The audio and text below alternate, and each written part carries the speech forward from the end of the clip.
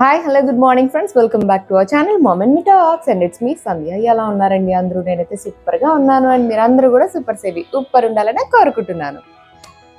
So new year వచ్చేసింది అనగానే కొత్త ఉత్సాహం, కొత్త ఆలోచనలు, ఎస్పెషల్లీ కొత్త రెజల్యూషన్స్ కూడా వస్తూ ఉంటాయి కదా. సో అలాగే నేను కూడా న్యూ ఇయర్కి సంబంధించి కొన్ని రెజల్యూషన్స్ తీసుకున్నాను. ఎస్పెషల్లీ అందులో రీసెంట్గానే నేను షేర్ చేశాను కదండి 30-day ఛాలెంజ్ అన్నది. సో ఆ 30-day ఛాలెంజే కొంచెం సీరియస్గా టేకప్ చేశాను అనమాట. ఎందుకంటే టేకప్ చేయడం చాలాసార్లు టేకప్ చేస్తూ ఉంటాను, బట్ ఎప్పుడు అది అలాగా గాల్లోకి ఎలా వెళ్ళిపోతూ ఉంటుంది అనమాట. Out of my mind, out of my schedule, out of my thought process అంతా అలా గాల్లో కలిసిపోతూ ఉంటుంది. సో ఈసారి అలా కాకూడదని కొంచెం సీరియస్గా తీసుకున్నాను అనమాట. సో అదేంటో ఇవాళ వీడియోలో షేర్ చేస్తాను. So let's get start.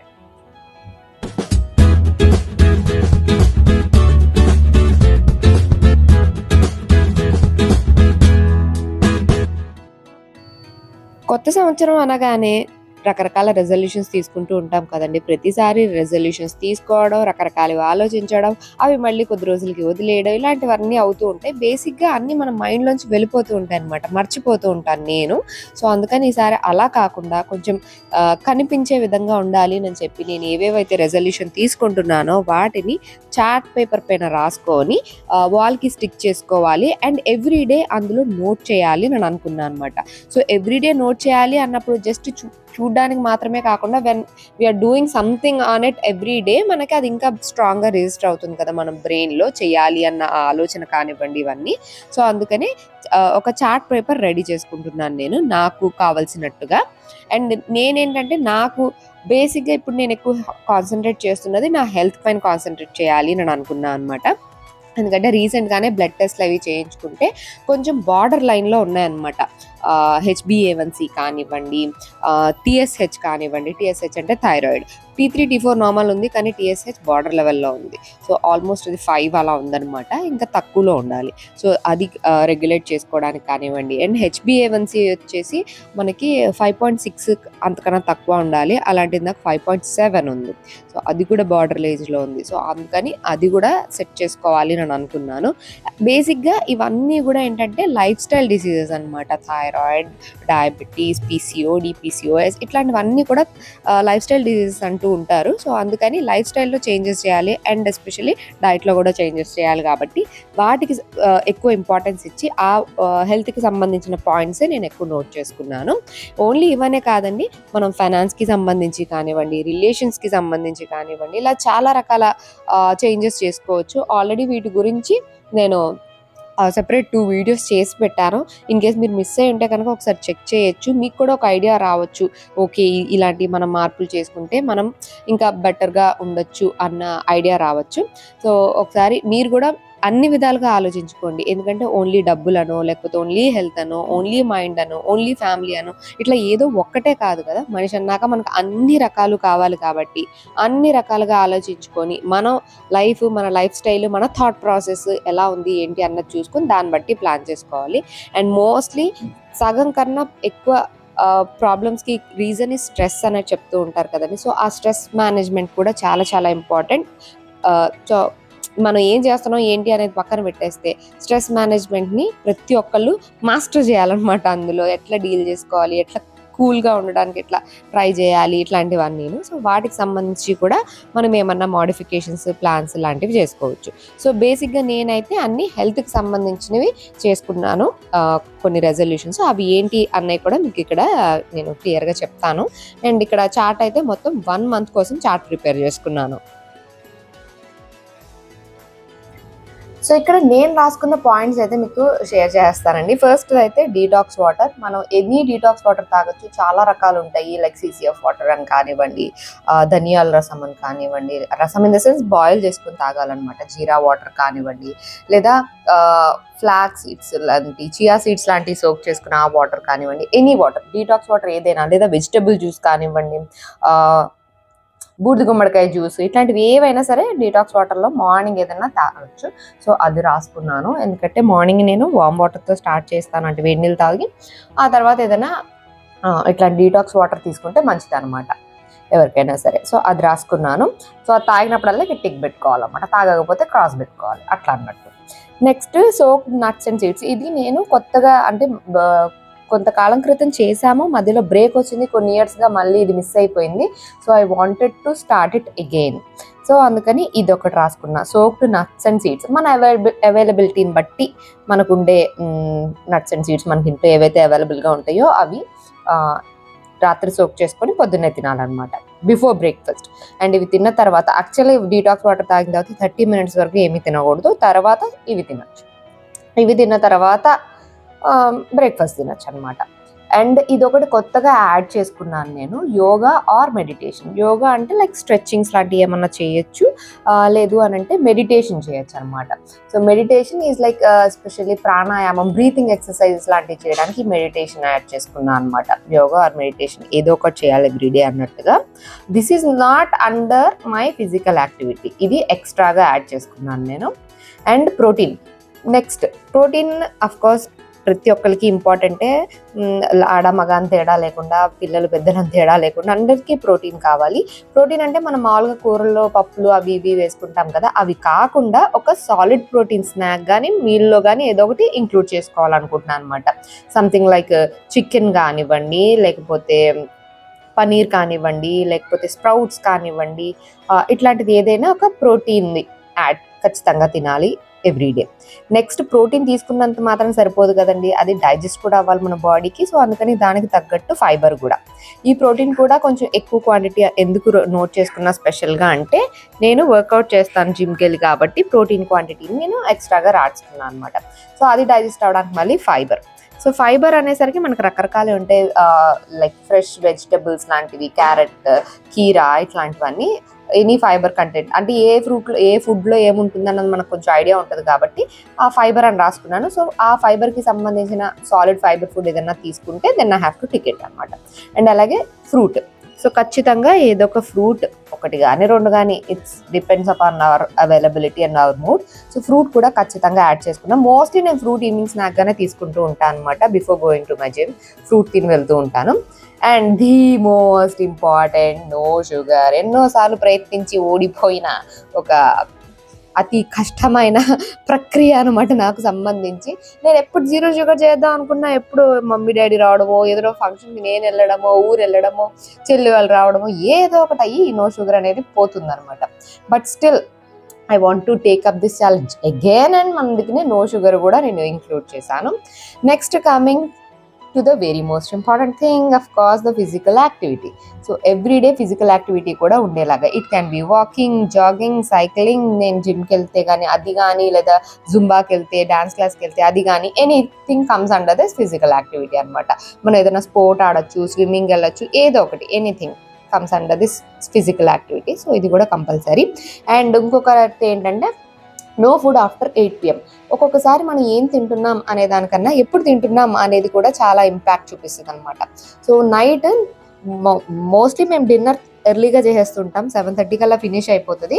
But ఒక్కొక్కసారి ఏదో ఒకటి తినేస్తుంటాం అనమాట ఆ తర్వాత కూడా. సో 8 PM తర్వాత ఇంకా నో మోర్ సాలిడ్ ఫుడ్స్ అని అనుకుంటున్నాను.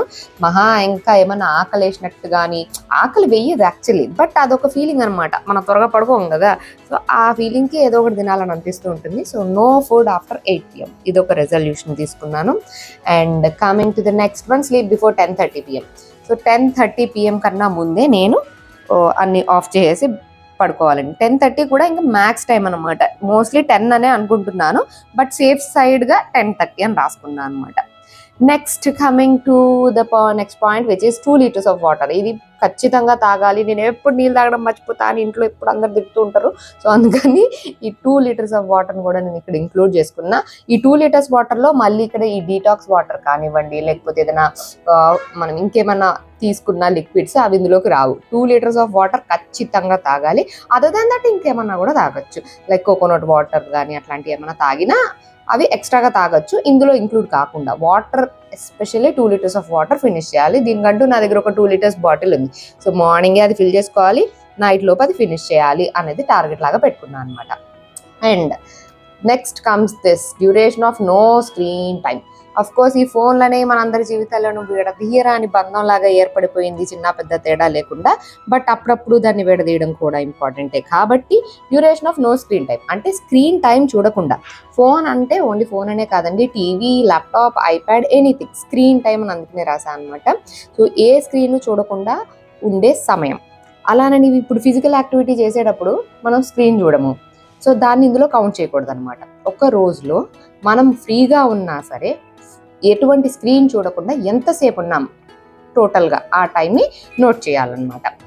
జస్ట్ అందాజాగా, మరి టైమర్ పెట్టుకొని కాదులేండి, జస్ట్ అందాజాగా ఆ టైం నోట్ చేసుకోవాలి. సో ఒక రోజులో ఎంతసేపు స్క్రీన్ టైం లేకుండా ఉన్నాము అన్నది కూడా మనకు ఒక ఐడియా వస్తుంది. లేకపోతే ఆల్మోస్ట్ మనలో 95% మంది ఎడిక్ట్సే ఉంటారు స్క్రీన్కి. సో ఇది కూడా కొంచెం ఒకసారి మానిటర్ చేసుకుందాము, మనం ఎంతసేపు ఉండగలుగుతున్నామో అన్నది. ఇదేదో ఒక్కరోజు టాస్క్, 2 రోజుల టాస్క్ కాదు కాబట్టి, ఒక 1 month ఆఫ్ పీరియడ్లో కాబట్టి. సో ఇవన్నీ చేసి చూడాలి అనేది నా ఆలోచన అనమాట. సో అందుకనే 1 monthకి సరిపడా ఒక 31 days, ఎందుకంటే ఇది నేను for the month of Jan కోసం మాత్రమే నేను ఇది ప్రిపేర్ చేసుకున్నాను. సో అందుకని 31 daysకి రాసుకున్నాను అనమాట. ఇక్కడ ఇంకొక కాలం మిగిలిపోయింది. ఈ కాలంలో మనము లాస్ట్లో అన్ని యాడ్ చేసి ఎన్ని టిక్స్ వచ్చినాయి అన్నది యాడ్ చేసుకొని మనము టోటల్ చేసుకోవచ్చు. ఇన్ కేస్ ఇక్కడ కింద ప్లేస్ ఉంది, ఇన్ కేస్ ఇంకేమన్నా పాయింట్స్ గుర్తొచ్చి ఇంకేమన్నా ఇంక్లూడ్ చేయాలన్న ఆలోచన వచ్చినా ఐ కెన్ ఇంక్లూడ్ అనమాట. సో అందుకని ఇట్లా రాసుకున్నాను. So this is my challenge for this month of Jan అనమాట. సో చాట్ అయితే చూసారు కదండి, ఇవి నేను ప్రస్తుతానికి అనుకున్న పాయింట్స్ అనమాట. ప్రతిదీ ఏదైతే చేస్తానో దాని పక్కనున్న కాలంలో టిక్ చేయడమో క్రాస్ చేయడమో చేసుకోవాలి. ఇలా 1 month చేయాలి నేను అనుకుంటున్నాను. మొత్తం ఈ 1 month మంచిగా చేయగలిగితే నెక్స్ట్ మంత్కి మళ్ళీ ఇంకొక కొత్త చాట్ ప్రిపేర్ చేసుకోవడం అట్లాగా అనుకున్నాను అనమాట. అండ్ ఇదే ప్రిపేర్ చేసుకోవడం ఇదంతా కూడా మన మైండ్లోకి వెళ్తుంది అనమాట. మనం ఊరికే ఆలోచించుకొని వదిలేయకుండా మనము కొంచెం ఎఫర్ట్స్ పెట్టి కొంచెం టైం కేటాయించి మనం ఎప్పుడైతే నోట్ డౌన్ చేస్తూ ఉంటామో అప్పుడు మన మైండ్లోకి వెళ్తూ ఉంటుంది. కాబట్టి నేను అందుకని ఇట్లాగా రాసి పెట్టుకున్నాను అనమాట. ఓన్లీ ఇవనే కాదండి, హ్యాపీ ఎండ్ అంటే లైక్ డే అంతా మంచిగా ఎండ్ అవ్వాలి అంటే జర్నల్స్ రాయడము, మనకి మంచిగా అనిపించిన విషయాలు రాయడం, మన బాధ అనిపించిన విషయాలు రాయడం, ఇట్లాంటివన్నీ కూడా మనము నోట్ డౌన్ చేసుకొని అట్లా కూడా మన స్ట్రెస్ మేనేజ్మెంట్కి వాటికి కూడా హెల్ప్ చేస్తుంది అనమాట అవన్నీ కూడాను. సో బేసిక్గా నేను హెల్త్ కోసం అని అనుకున్నాను కాబట్టి ఎక్కువ ఫుడ్కి సంబంధించి ఎక్కువ కాన్సన్ట్రేట్ చేశాను అనమాట. అఫ్కోర్స్ ఫ్యూ మైండ్కి సంబంధించినవి కూడా ఉన్నాయి, like meditation and no screen time ఇట్లాంటివి. అవి కాకుండా మిగతావన్నీ కూడా ఎక్కువ ఫుడ్కి సంబంధించినవే ఉన్నాయి.